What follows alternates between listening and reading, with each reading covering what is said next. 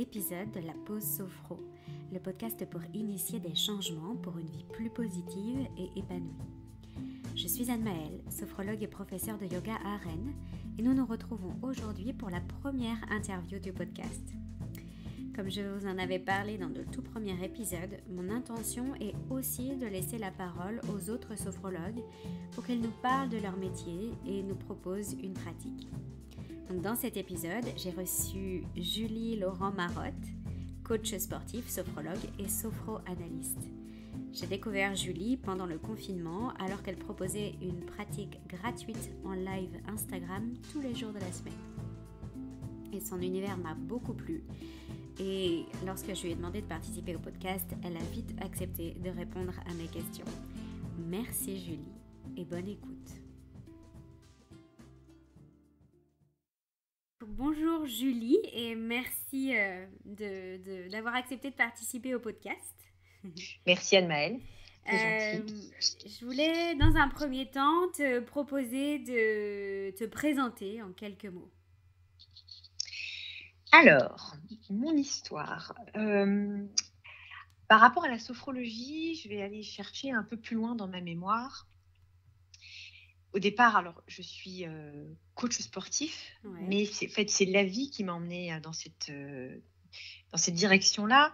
Je voulais être psychologue. Okay. J'ai commencé des études de psychologue, j'étais à la fac de psycho, et puis heureusement, j'avais un diplôme de surveillant de baignade, j'étais sauveteur en mer aussi.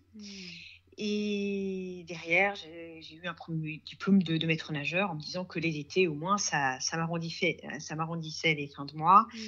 Et ça me permettait, en tous les cas, dans un premier temps, de travailler un petit peu en piscine et de faire mes études. Et puis, la vie a fait qu'il a fallu que je travaille plus pour gagner plus d'argent pour pouvoir vivre, tout simplement. Et j'ai dû arrêter mes études au profit du sport, donc maître nageur à temps complet. C'était vraiment pas mon choix de départ, même si j'appréciais complètement ce que je faisais. Hein, ça, il y a pas à discuter là-dessus.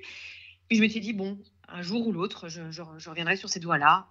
Voilà, mais ok, chaque chose en son temps, on y va, on avance, on fait de son mieux et le mieux qu'on puisse faire dans le métier que je faisais à l'époque. Et puis la piscine dans laquelle je travaillais m'a proposé de passer un diplôme de coach sportif. Okay. Alors oui, donc je me suis préparée aussi pour ça, parce que du step, j'en avais jamais fait, de la muscu non plus.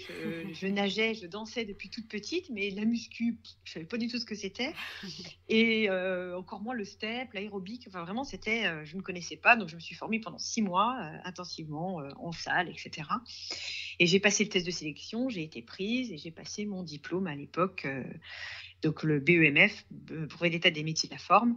Voilà, pour me former en tant que coach. Enfin, maintenant, aujourd'hui, on appelle ça un coach. Avant, c'était prof de fitness, mais coach, c'est quand même plus sympa. Et puis voilà, puis de fil en aiguille, voilà, j'ai rencontré le papa de mes enfants. J'ai eu un premier petit garçon. Et puis, de fil en aiguille, quand même, dans ma pratique à la fois de maître nageur et de coach, il me manquait quelque chose. Pourquoi ? Je me rendais compte que la plupart des gens que je côtoyais, que je croisais en salle, en plus d'avoir besoin de faire du sport, c'était un exutoire et c'était une réponse à un mal-être. Et je ne savais pas comment y répondre. C'est-à-dire qu'à part avoir une écoute attentive, une écoute bienveillante, j'avais rien d'autre à leur offrir. Et je ressentais quand même une frustration. C'est-à-dire que j'étais là, punaise. Je sais qu'ils ont besoin d'autre chose que ça, mais je ne sais pas quoi faire, quoi dire. Donc, je ne me taisais, évidemment, des fois, il vaut mieux se taire. Et juste écouter, déjà, savoir écouter, c'est déjà énorme, je pense. Et puis, bon, je me suis dit que faire, mais c'est vrai qu'avec un petit bout, j'avais un petit garçon à gérer, plus le travail, c'était pas évident. Donc, je me suis inscrite à une formation à Dijon de sophrologue, de sophrologie Caicedo. Vraiment Caicedo, donc puriste à fond. Et puis voilà, pendant 18 mois, super, ça m'a bien occupée, j'ai appris plein de choses, j'ai fait des très belles rencontres. Et puis j'ai commencé un petit peu à pratiquer à droite à gauche comme ça la sophrologie. Et j'ai continué mon chemin de vie, j'ai eu une petite fille. Et puis après, pareil, je me sentais ça suffisait pas, encore une fois. Mmh. Il me manquait une autre réponse. C'est-à-dire que la sophrologie, donc de Caicedo, la pure, pour moi, est un excellent outil de développement personnel. Ouais, Ça, c'est indiscutable pour moi. ouais. Mais il me manquait un côté analytique, un côté plus psychologique, en fait, OK. d'accompagnement, vraiment pour aller plus loin. Mmh. Donc, j'ai cherché pendant longtemps. J'ai fait une formation d'1 an pour devenir psychothérapeute, où j'ai fait de la PNL. Mmh. J'ai fait de l'analyse transactionnelle, j'ai fait de la psychogénéalogie, j'ai touché voilà, plein d'outils comme ça pendant 1 an. C'était une formation sur 4 ans. Et entre autres, dans cette formation, un outil que j'ai découvert, c'est la sophroanalyse, Mmh. avec une prof extra. Et là, ça a été la révélation. Je dis, voilà, c'est vraiment ce qu'il me faut. En plus, c'est logique dans ma Mmh. démarche. En plus, c'est une démarche, encore une fois, psychocorporelle. Et étant dans le sport déjà, dans le corps, je trouvais qu'en plus de la sophro, ça créait un pont entre les 2 choses que je faisais, quoi. Mmh. C'était entre mes 2 pratiques professionnelles jusque-là. OK. Voilà, donc je me suis formée à l'Institut européen de sophroanalyse et voilà, je suis aujourd'hui sophroanalyste. OK, super. Et comment est-ce que tu répartis ton temps aujourd'hui entre ces 3 activités? Alors aujourd'hui, le plus grand de mon temps, c'est le sport. Ouais. Et puis, justement, mon objectif, c'est de développer beaucoup plus, la sophrologie, enfin et la sophroanalyse, OK. être plus dans la thérapie. Mmh. Justement, je trouve que ce confinement, ce que nous vivons là, cette Ouais. période incroyable, que nous vivons, bah, me permet justement aujourd'hui de créer ça, de développer cette partie-là, dans ma vie Mmh. professionnelle et bah, pour moi, ça tombe bien, quoi. C'est super. Mmh. Oui, Voilà, c'était comme ça sur ton chemin, quoi. Ça devait l'être en ce moment. exactement. Mmh. Je le vis comme ça en tous les cas. Je le vis OK. comme une chance plus Est-ce, qu'autre chose. est-ce que la sophroanalyse, je connais un petit peu pour en avoir pratiqué un petit peu. Tu as appris avec une Christine Louveau ou pas du tout? Non, ça me dit rien, Non, ça Christine te dit Louveau. rien. Ok. Non, C'est non. alors elle est dans la sophroanalyse et il y a quelque chose avec comment dire les constellations familiales aussi ou quelque chose comme ça. Il me semble dans son approche à elle. Mais du coup, ça peut Alors, être, oui, je vois tout à fait ce que tu tu veux vois? dire. Alors, je te raconte un petit peu l'histoire de cet institut. Ouais. Il est jusque-là, en tous les cas, dans l'histoire de cet institut, il est en 3 étapes. Ok. Déjà, la créatrice de cette école, c'est une docteure formidable qui Ouais. s'appelle Claude Imbert, Ouais. qui est une femme vraiment incroyable Ouais. et qui était beaucoup dans qui parlait beaucoup de la thérapie intra-utérine. Ok. Elle, c'était son credo, elle parlait vachement de ça. Alors que moi, dans ma formation, telle que je l'ai vécue avec mes formateurs de l'époque, Ouais. ils n'étaient pas du tout là-dedans. C'était vraiment plus lié à l'analyse transactionnelle. Ok. Mm, Voilà. On est plus dans l'analyse transactionnelle, on est plus dans la perception dans le corps. C'est vraiment de la thérapie psychocorporelle. On va aller Ok. chercher l'émotion dans le corps, comment elle se traduit. Ouais. Et voilà, on va aller explorer. On devient vraiment explorateur de nos sensations corporelles, de nos émotions, etc. Donc finalement, plus rien à voir avec ce que Claude Imbert pouvait proposer à l'époque. Ok. Et puis aujourd'hui, là, depuis quelques années, c'est un nouveau monsieur qui a repris l'école. Là, j'ai un trou de mémoire, je ne me souviens plus de son nom. Sais-tu, voilà. J'ai un bug qui est adorable, mais que je ne connais pas en tant que ni thérapeute ni formateur. Voilà, je pense qu'il a apporté encore une nouvelle dimension Ok. à l'Institut européen de sophroanalyse. Ok. Voilà. Et du coup, est-ce que tu pourrais expliquer la différence entre la sophroanalyse et la sophrologie? Alors, la différence. Pour moi, la sophrologie est donc, comme je disais tout à l'heure, du développement personnel. Ouais. C'est-à-dire qu'on va aller on va aller dans la découverte du corps, dans la découverte du schéma corporel, Mm. pour pouvoir l'accepter, l'accueillir et s'intégrer complètement dans ce schéma corporel. Mm.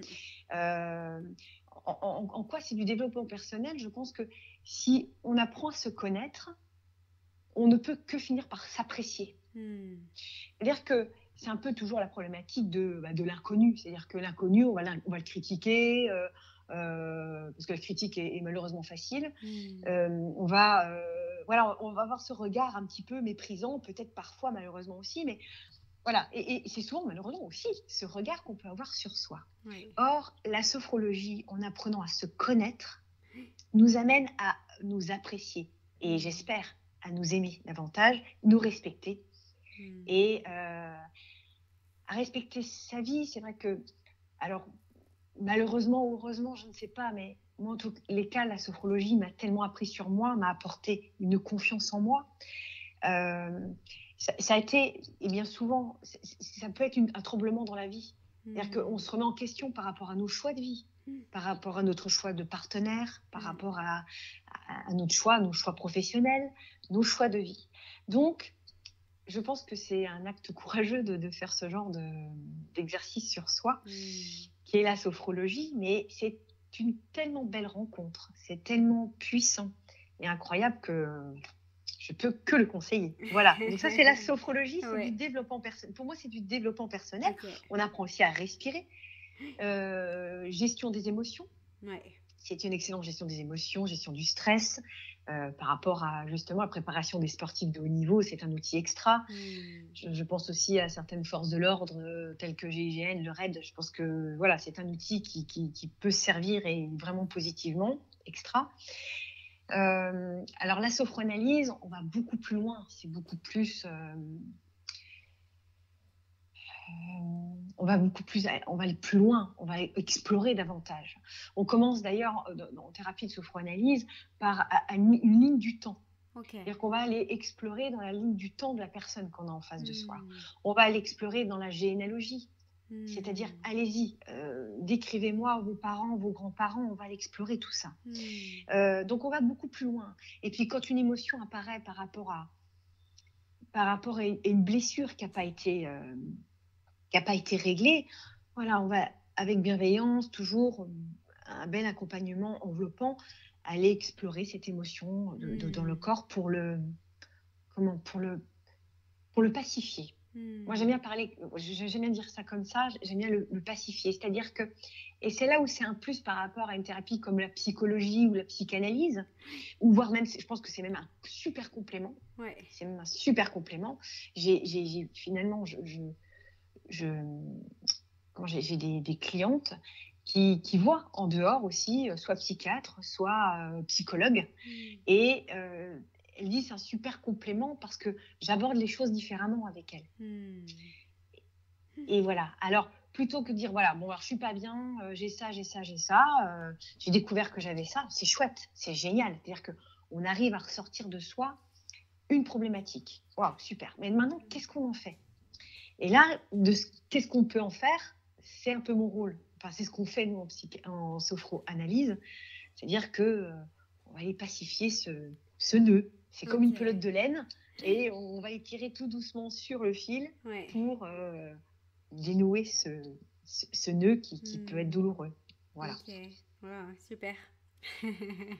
Merci pour cette explication. Effectivement, pour certaines personnes, comme la terminologie est assez proche, c'est pas forcément facile en fait de savoir exactement ce qui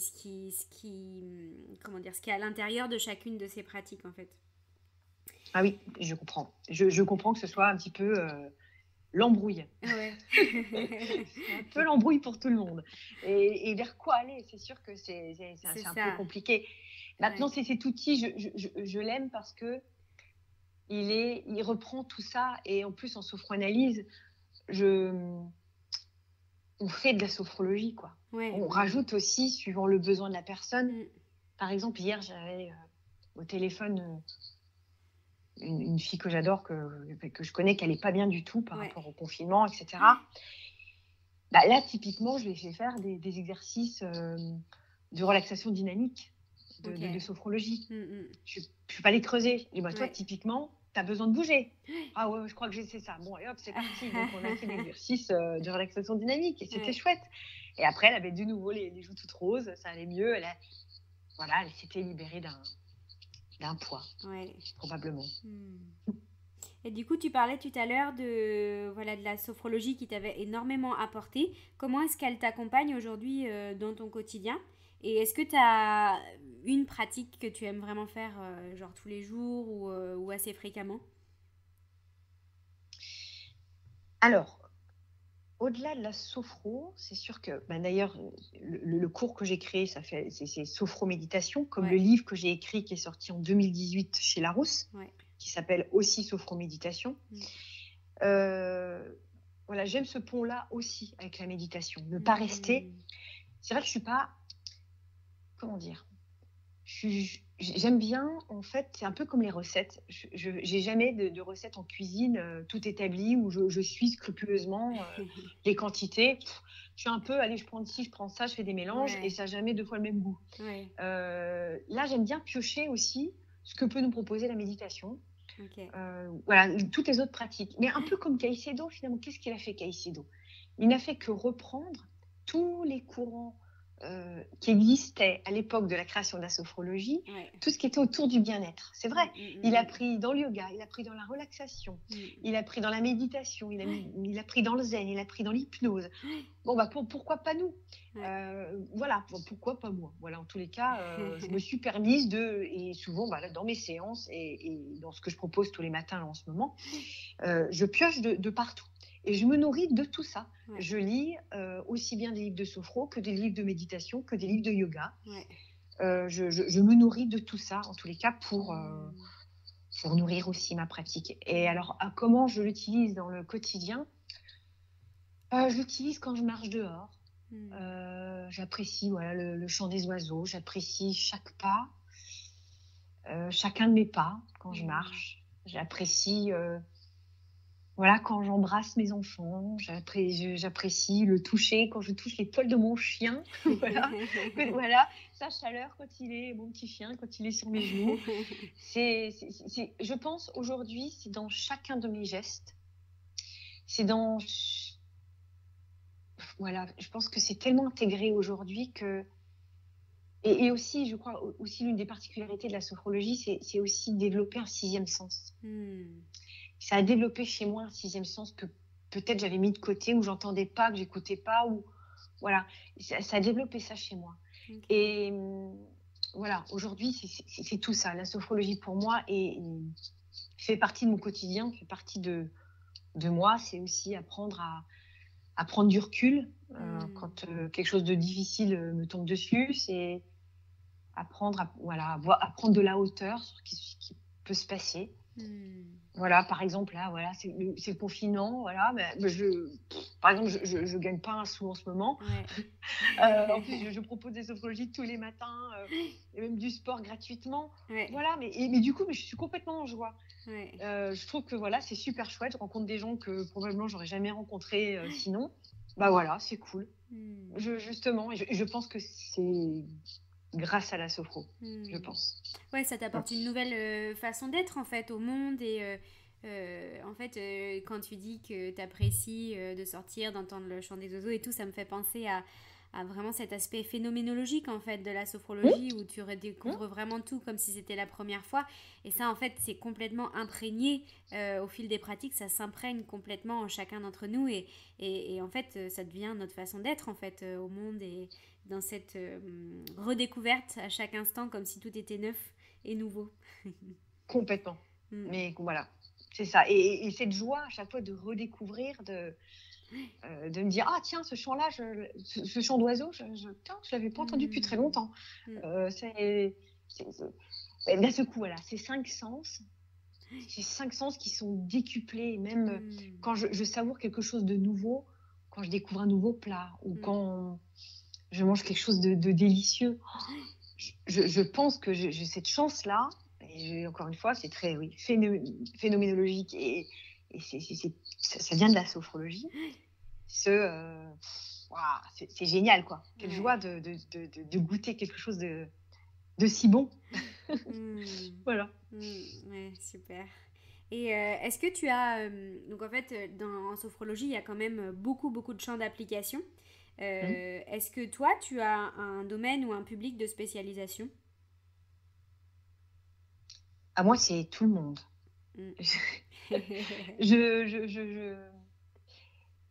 Vraiment, je vais même vulgariser ce que je vais te dire, mais c'est monsieur et madame tout le monde. Ouais. Vraiment. Et je me sens très bien avec ce public-là. Ok. J'adore. Mm. J'adore. C'est extra parce que tout est possible. Parce qu'à chaque fois, c'est... de toute façon, à chaque rencontre, c'est d'une richesse tellement incroyable. Chaque personne est tellement riche de son histoire, tellement riche de sa personne, et tellement riche de surtout de ce qu'elle, des fois, de ce qu'elle ne sait pas, de toutes les capacités qu'elle peut avoir. Oui, c'est clair. Surtout ça, ouais. C'est surtout ça. Et dire, punaise, mais pose cette muraille, quoi. Pose ce poids que tu as et regarde la belle personne que tu es et toutes les capacités que tu as en toi. Tout ce qui est enfoui et que la personne a bien enterré, bien profond et avec un masque sur les yeux pour vraiment ne pas les voir. Ah bah non, parce que c'est tellement lumineux parfois que ça peut faire mal aux yeux. C'est ça, exactement. Et du coup, chez Monsieur et Madame Tout-le-Monde, est-ce que tu pourrais... qu'est-ce que tu repères aujourd'hui? Quels sont vraiment les besoins les plus importants des gens aujourd'hui? Pourquoi est-ce que les gens viennent le plus te voir?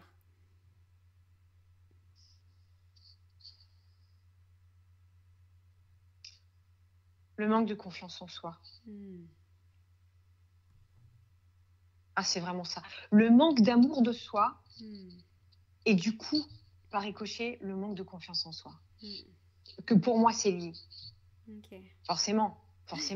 Ouais, Je pense que forcément. c'est quelqu'un, si on s'aime, mais sans tomber dans le narcissisme et dans l'ego, juste s'aimer, voilà, et s'apprécier, enfin, en tous les cas, s'accueillir et s'accepter tel que l'on est.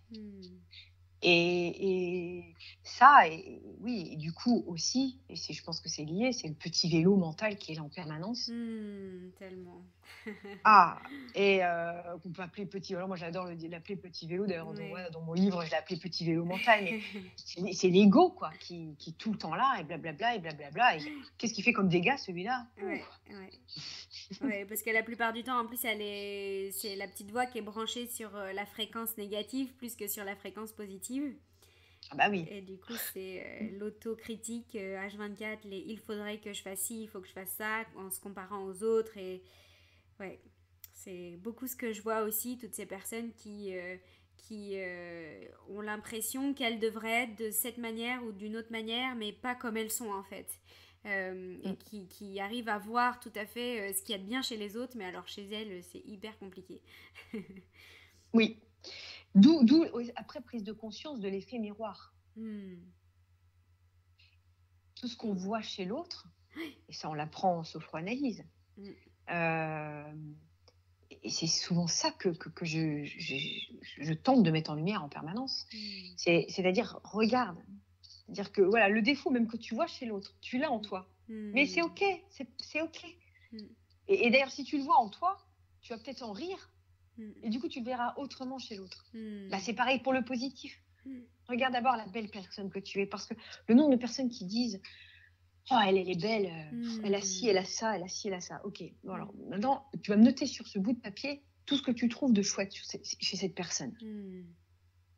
Maintenant, relis. Tous ces éléments-là, relis-les. Et dis-toi que tous ces éléments-là, tu les as en toi. C'est de toi dont tu parles. Waouh! Et là, c'est la claque. C'est la claque positive. C'est la claque gentille. C'est « Ah bon? Ouais. Ah bah oui. Ah ouais. Ah. » Et là, du coup, au niveau du cœur, ça... tout s'ouvre, tout se... Voilà. C'est comme un grand soulagement, une grande bouffée d'air qui... Waouh, c'est clair que c'est libérateur. Oui, parce que je pense que, du coup, on se sent digne d'être aimé. Je pense que c'est ça. Et réussir à leur dire, enfin, en tous les cas, leur dire, ça sert à rien, mais qu'ils prennent conscience qu'ils sont dignes d'être aimés. Quelle que soit leur qualité, leurs défauts. Par rapport aux méditations que je propose le matin, je demande justement un dessin. sophroniques hein, de fin de séance pour exprimer ce qui nous juste, que je leur demande, je reçois des choses vraiment mais magnifiques. Ouais. Vraiment, c'est des chefs-d'œuvre. Wow. Et j'ai une femme, et voilà, mais c'est beau, c'est très beau à chaque fois. Et j'ai une femme qui me fait des dessins à chaque fois, mais lumineux, mais d'une beauté incroyable. Parce que, en revanche, moi, je suis complètement lucide. Je suis très mauvaise, vraiment, en dessin. Mais voilà, j'en ris, c'est pas grave, c'est comme ça. Je fais des trucs pourris, mais c'est OK. Je dessine comme une gamine de 2 ans. C'est pas grave, c'est comme ça. Et cette femme-là qui fait des choses incroyables me dit oh là là, je regrette plus d'une chose, c'est dans cette vie-là, j'aurais regretté toute ma vie de ne pas savoir dessiner. Et là, les bras m'en sont tombés. En fait, c'est dingue, quoi. C'est fou. En fait, on voit pas. C'est dommage. C'est toute la dingue lumière comme... qu'on en soit. C'est ça, c'est dingue comme c'est facile de voir ce qui est bien chez les autres et comme c'est difficile de le voir chez soi, en fait. Oui. Alors que dans certaines méthodes de méditation, je pense à la pratique de méta, qui est cette pratique comment dire, où on cherche à partager en fait l'amour qu'on a en soi pour les autres et à souhaiter le bonheur de tout le monde. Cette méthode, on commence par en fait se l'adresser à soi dans un premier temps. Donc c'est vraiment que effectivement, si on veut être ouvert aux autres, ouvert au monde, ça commence par s'aimer soi en fait et se souhaiter ça à soi avant de le souhaiter aux autres. Bien sûr. Extra. Est-ce que, du coup, t'es installée sur Paris, c'est ça?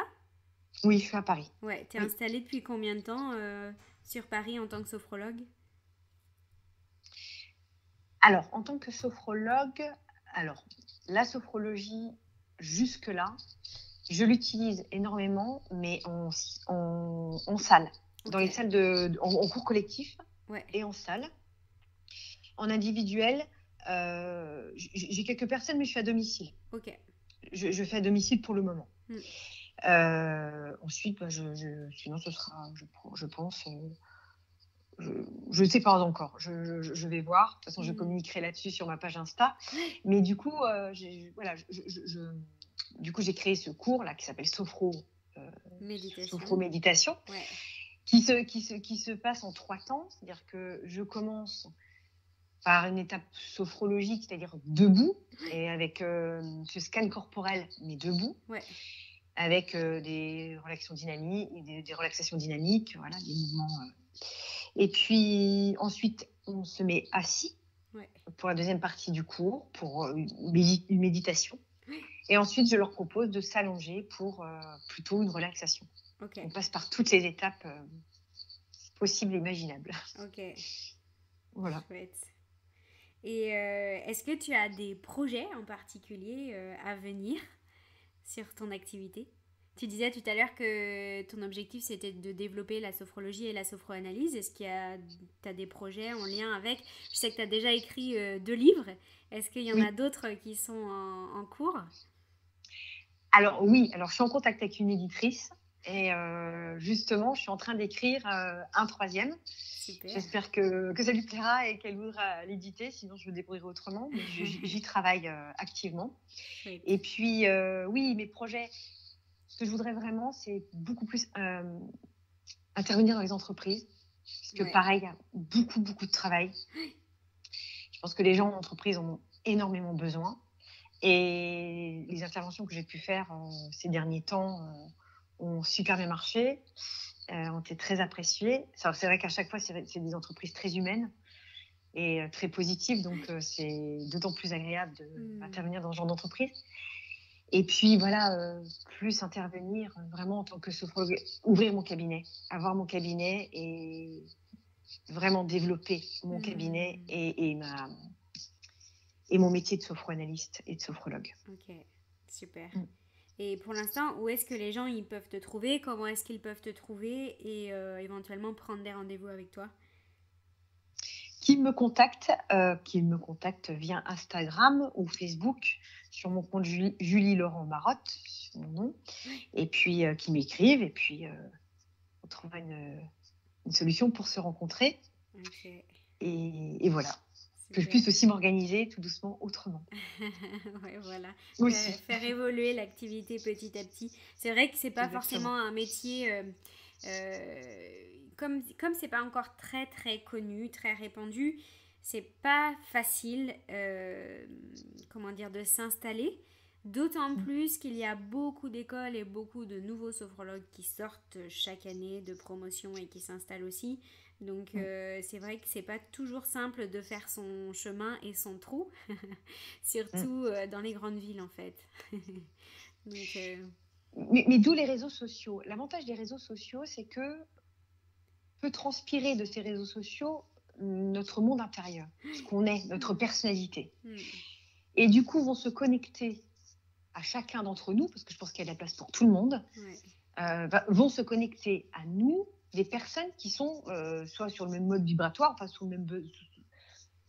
un besoin en lien avec ce qu'on propose. En tous les cas, avec la personnalité qu'on peut avoir. Parce que après, derrière la formation qu'on a pu recevoir, on a notre personnalité. Oui. On a ce qu'on a envie de transmettre, on a notre chemin de vie aussi. Complètement. Qui fait que, voilà, et quelqu'un, par exemple, qui n'a jamais travaillé avant, ou qui... Peu importe, par exemple, je vais donner un exemple. Par exemple, une infirmière ou une sage-femme qui est sophrologue, sophroanalyste, va avoir une approche qui sera différente de la mienne. Oui, complètement. Qui sera encore différente d'une femme qui a fait cette formation-là, ou d'un homme, pardon, qui a pu faire cette formation-là et qui a travaillé dans le commerce avant. Ouais. Mais chacun, voilà, va apporter de sa personnalité, de son passé professionnel, de son passé personnel. Et c'est ça qui fait toute la richesse de cette thérapie-là. C'est-à-dire que chacun va, voilà, derrière quand même cette démarche thérapeutique, apporter son soi.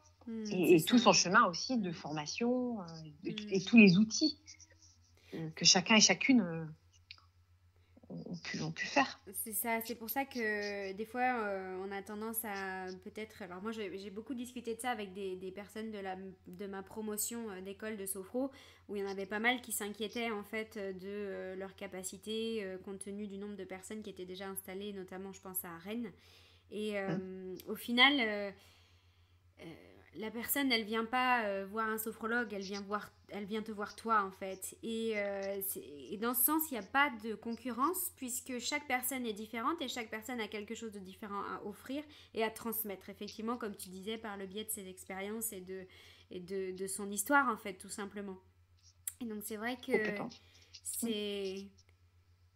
voilà, c'est pour ça aussi parfois que j'ai tendance à recommander à des gens qui me disent « Oh non, moi la sophrologie j'ai déjà essayé mais c'est pas pour moi ». Et quand je creuse un petit peu, que je leur demande « Mais comment est-ce que vous avez pratiqué ?»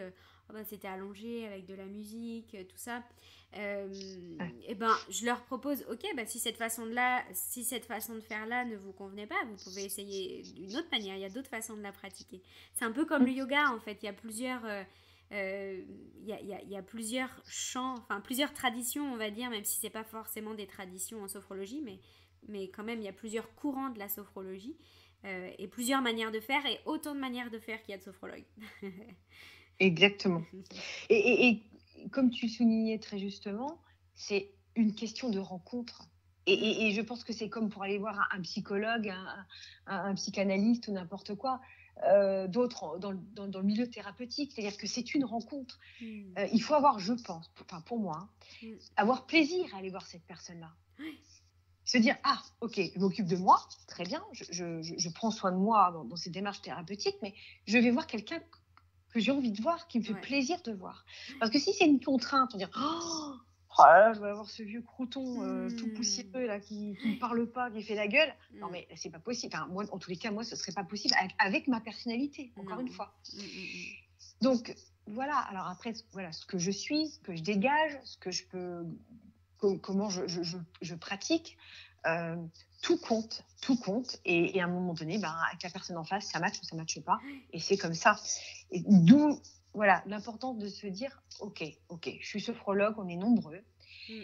Mais j'ai confiance en moi, j'ai confiance dans ce que je dégage, dans ma pratique. Et puis voilà. Moi, par exemple, je vais te dire, Anne-Maëlle, quand je suis sortie de l'école de sophrologie, quand je te disais tout à l'heure, il manque quelque chose, je pense aussi que dans la terminologie de la sophrologie caïcédienne, je me sentais un petit peu coincée, personnellement. C'est-à-dire que très bien, oui, c'est vrai, tu vois, phénoménologique, etc. IRTER, enfin, tous ces toutes ces terminologies-là, je vais te dire, je ne me sentais pas à l'aise avec ça. Donc, volontairement, je l'ai un peu vulgarisé. C'est-à-dire, effectivement, je suis sur... Alors, Caicedo, je pense peut-être me brûlerait sur la place publique, mais et mon prof de sophro à l'époque aussi. Mais en tous les cas, j'ai essayé que ce soit le plus abordable possible et que ça touche un plus large public. Parce que je me disais, moi, si je ne me sens pas forcément à l'aise avec ces terminologies-là, si ça ne me parle pas, je ne vois pas comment je peux le transmettre à quelqu'un en face de moi. C'est pas possible. Voilà. Donc, ce que tu disais tout à l'heure, méta, très bien, c'est ça.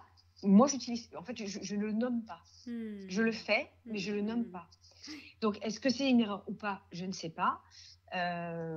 Voilà, c'est ma décision à moi, c'est mon choix de ne pas utiliser, de ne pas enfermer ma pratique et ce que je propose dans des terminologies qui peut-être vont pas parler aux gens.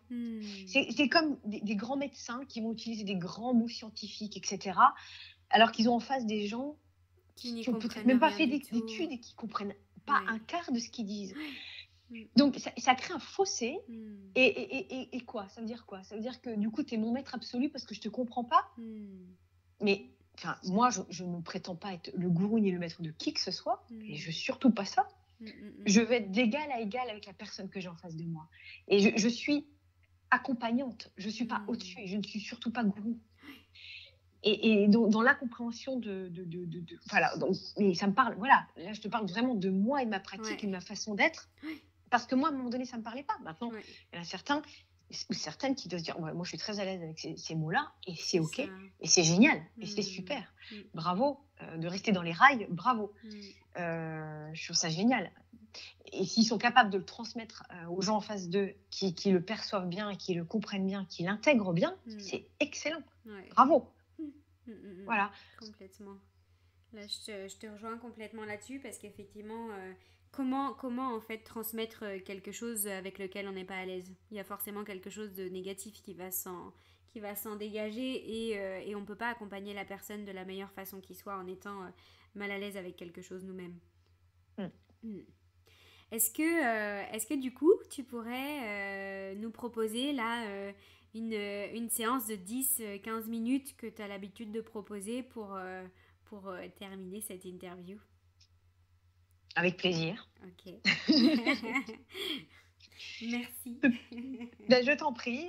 C'est vraiment un mélange de sophrologie et de méditation. C'est vraiment voilà, c'est ce que j'ai écrit moi. Voilà, c'est mon petit mix à moi. Ok, et ben parfait. Alors c'est parti. Je vous invite à vous installer le plus confortablement possible. Vous pouvez évidemment commencer ce scan corporel debout ou assis à l'avant de votre chaise. Le dos droit. Si vous êtes assis, les mains sur les cuisses. Si vous êtes debout, déverrouillez vos genoux et fermez les yeux, si c'est OK pour vous.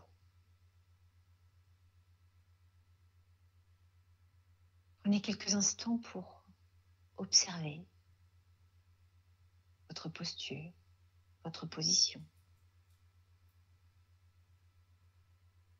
sans jugement ni a priori. Observez cette position comme si c'était la première fois.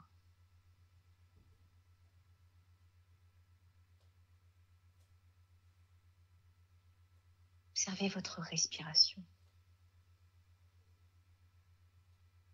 Là où se situe votre respiration dans l'instant.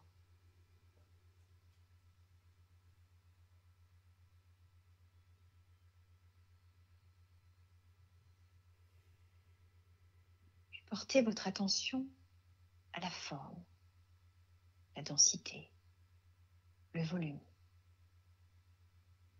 de votre visage, votre tête, votre cuir chevelu. Inspirez. Bloquez quelques instants votre respiration, légère tension de ce premier système. Expirez, relâchez, chassez toutes les tensions qui pourraient se trouver dans ce premier système. Encore une fois, inspirez.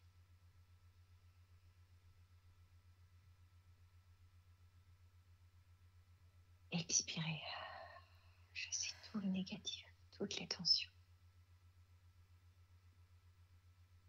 Vous pouvez entrouvrir légèrement votre bouche et observer votre premier système relâché, détendu et sans tension.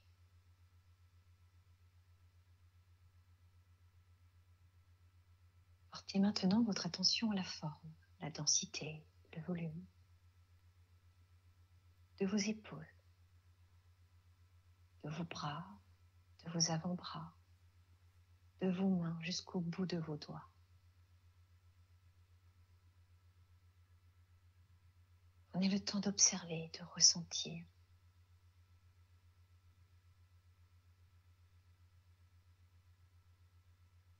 Inspirez profondément.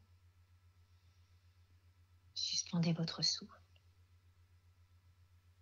Expirez, chassez toutes les tensions, le négatif de votre deuxième système.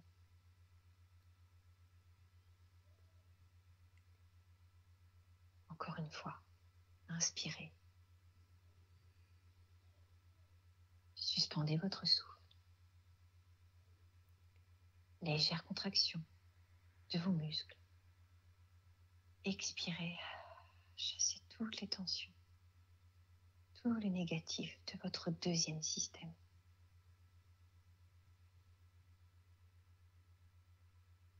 Observez votre deuxième système, relâché, détendu et sans tension.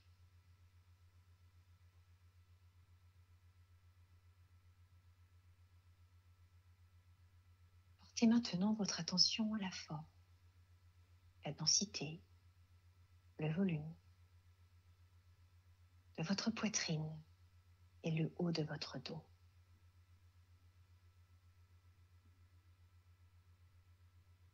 Observez votre troisième système.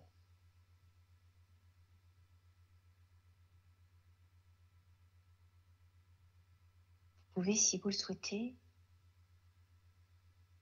vous placer mentalement dans la zone de votre cœur.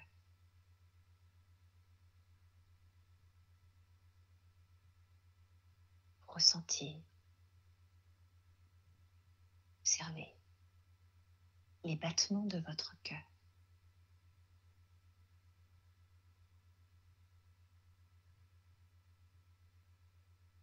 Vous pouvez, si vous le souhaitez, coordonner les battements de votre cœur à votre respiration.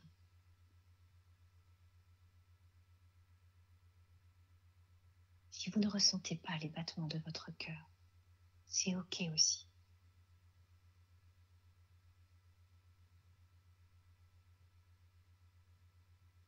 Puis vous allez inspirer profondément.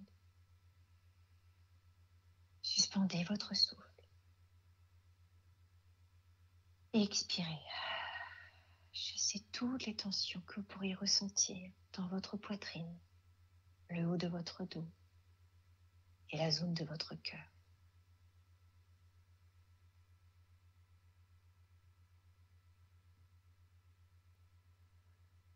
Encore une fois, inspirez. Suspendez. Et expirez le négatif et les tensions.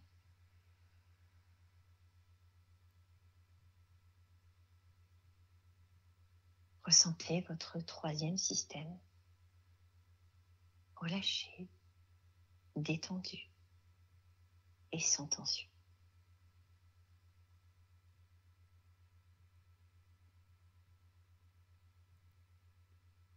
Portez maintenant votre attention à la forme, la densité, le volume de votre abdomen et le bas de votre dos.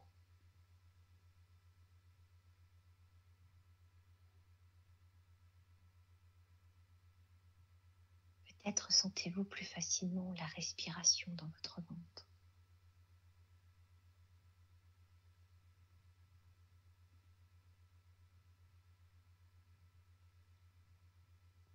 Pour vous aider, je vous propose de vous placer mentalement dans la zone de votre nombril.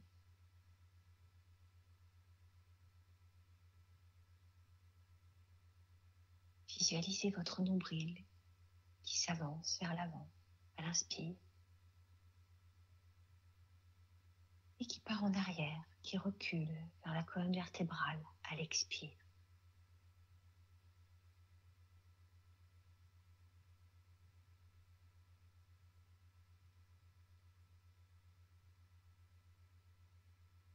Puis inspirez, gonflez votre ventre. Suspendez votre souffle, ventre gonflé. Et expirez, relâchez. Laissez votre ventre se dégonfler, se relâcher. Et chassez ainsi tout le négatif et les tensions. Encore une fois, inspirez. Gonflez votre ventre. Suspendez votre souffle.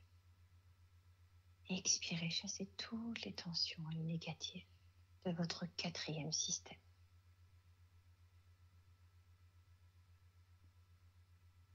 Quand vous respirez profondément dans votre ventre,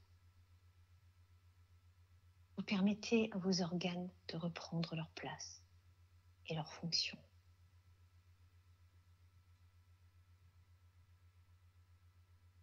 Tout est plus calme et tranquille.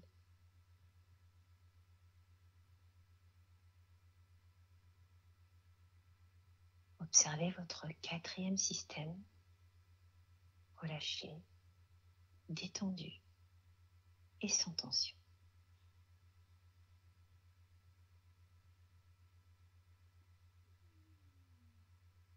Portez maintenant votre attention à la forme, la densité, le volume de votre bassin, votre pubis, vos fesses, vos cuisses, à l'intérieur, à l'extérieur. Vos mollets à l'intérieur, à l'extérieur. Et vos pieds au-dessus et en dessous jusqu'au bout de vos orteils.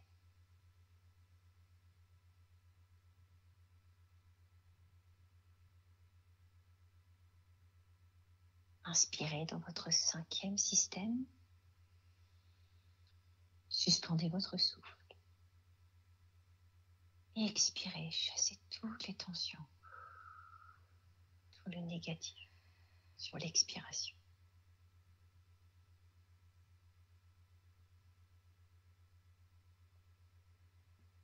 Encore une fois, inspirez. Dans votre cinquième système, suspendez votre souffle. Et expirez, relâchez. Détendez, chassez le négatif.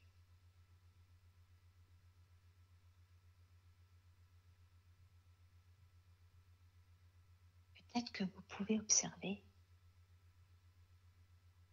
à quel point vous pouvez tenir debout avec le minimum de tension dans le bas du corps. Si vous ressentez encore une légère tension dans un muscle, et même si vous êtes assis, soufflez dessus pour vous en libérer, vous en détacher. Et sentez aussi probablement vos pieds s'ancrer dans le sol, connectés à la terre.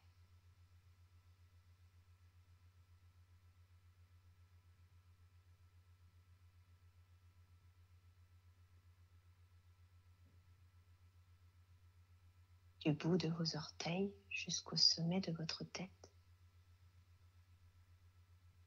Laissez-vous envahir par une douce sensation de chaleur, apaisante et réconfortante.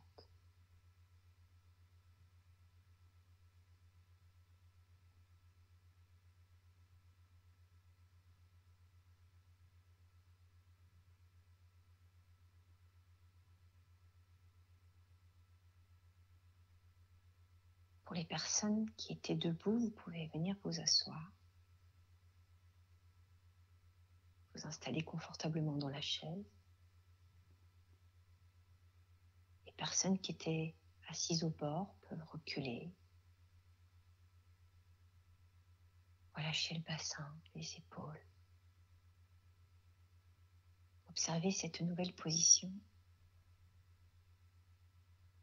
Et surtout, ressentez et observez toutes vos sensations corporelles dans l'instant.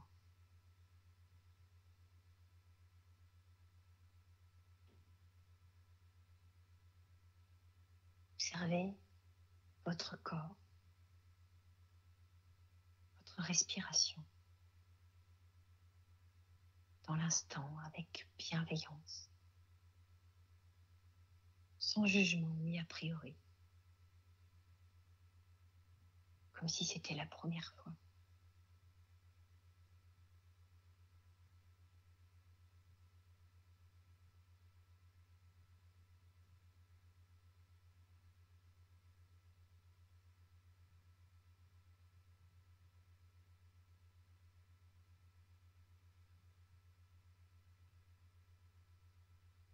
Puis, avant de revenir à un niveau de veille,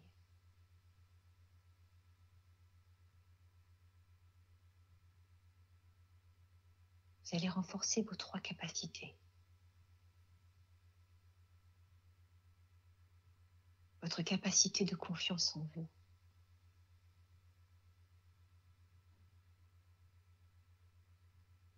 Votre capacité à connecter votre corps et votre esprit. Et votre capacité à renforcer le positif du moment présent pour votre futur. Puis tranquillement, à votre rythme, vous pouvez commencer à bouger vos doigts, vos orteils, tendre les bras au-dessus de votre tête pour vous étirer, bâiller comme après une bonne nuit de sommeil. Et sur une grande inspiration, quand vous vous sentirez prêt, vous pourrez ouvrir les yeux et redécouvrir avec un regard neuf tout ce que vous avez autour de vous. Observez cette pièce, l'endroit où vous êtes, comme si c'était la première fois que vous découvriez cet endroit.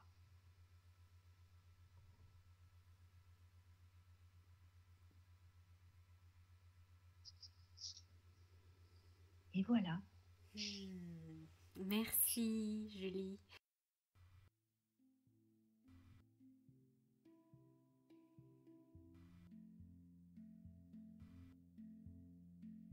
Bien, j'espère que vous avez apprécié cette conversation, cet échange et cette pratique que nous a proposée Julie. Vous retrouverez toutes ces informations dans les notes de cet épisode. Merci d'avoir écouté ce podcast. Pour être informé de la sortie du prochain épisode, vous pouvez vous y abonner sur votre plateforme d'écoute préférée. Et si en ce moment vous vous sentez un petit peu dépassé par les événements, que vous souffrez de stress, d'anxiété, d'insomnie, ou simplement que vous sentez que vous auriez besoin de travailler quelque chose en vous, de vous développer personnellement, alors vous pouvez toujours me contacter pour prendre rendez-vous et que je puisse vous proposer un accompagnement adapté à vos besoins. Vous pouvez me contacter via Instagram @lapaussophro-8podcast ou par email lapaussophropodcast tout attaché @gmail.com. Vous pouvez aussi par ce biais me suggérer des sujets que vous aimeriez que j'aborde sur le podcast ou des personnes que vous aimeriez que j'interviewe. Si vous avez aimé le podcast et que vous souhaitez me soutenir dans ce travail, vous pouvez me laisser 5 étoiles et ce qui serait encore mieux, c'est de laisser un commentaire sur Apple Podcast. Ça permettra également à d'autres personnes de le découvrir. D'ailleurs, un grand merci à ceux qui l'ont déjà fait. Merci et à bientôt pour le prochain épisode.